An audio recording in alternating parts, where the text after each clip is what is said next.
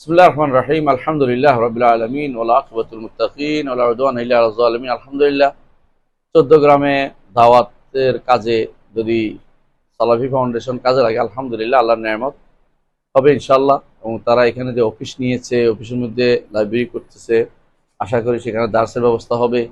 এবং এটা মাদ্রাসা মসজিদ জামে মসজিদ রোডের পুরো পাশ দিয়া এখানে এই জায়গায় একটা অফিস নিয়েছে এবং কাজ করছে নিয়মিত। এবং আশা করি যে ওরা বই দেওয়ার ব্যবস্থা করবে, মানুষদেরকে এখান থেকে দার্স দিবে, আলোচনা হবে, মানুষ আসবে, শিখবে, জানবে। তো এইটা খুবই দরকার। আলহামদুলিল্লাহ একটা অফিস অন্তত পাওয়া গেছে, বসা যাবে, বসতে পারবে, আসতে পারবে সালাফিরা।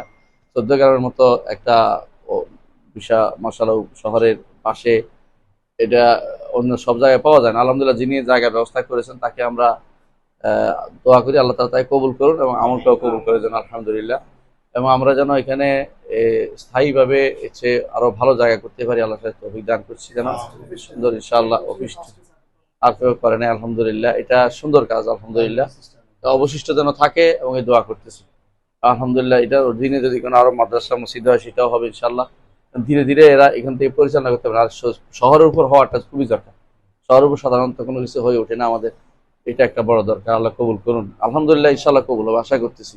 অন্যান্য এর থেকে এটা খুবই একেবারে শহরের সবচেয়ে কাছে, পূব দিকে আসলেই পাওয়া যাবে, জামে মসজিদ রোডের পূব দিকে এখানে আসলে এটা পাওয়া যাবে। আল্লাহ কবুল করুন, দোয়া করতেছি। এবং বেশি আমি অনুরোধ থাকবে যেন বিশুদ্ধ আকীদার বইগুলো রাখা হয়, যে কোনো মানুষ দিতে পারে এবং তাদেরকে এই লাইব্রেরি আকারে দিতে পারে, যেন হাওলাত দেয়, নেয়, পড়ে আবার ফেরত দেয়, সে এরকম সিস্টেম করতে হবে। একজন মানুষ যেন থাকে যিনি কাজের জন্য কাজটা নিবেদিত প্রাণ হবে। আল্লাহ কবুল করুন। আলহামদুলিল্লাহ কবুল করুন। আসসালামু আলাইকুম রহমতুল্লাহ বারাকাতুহু।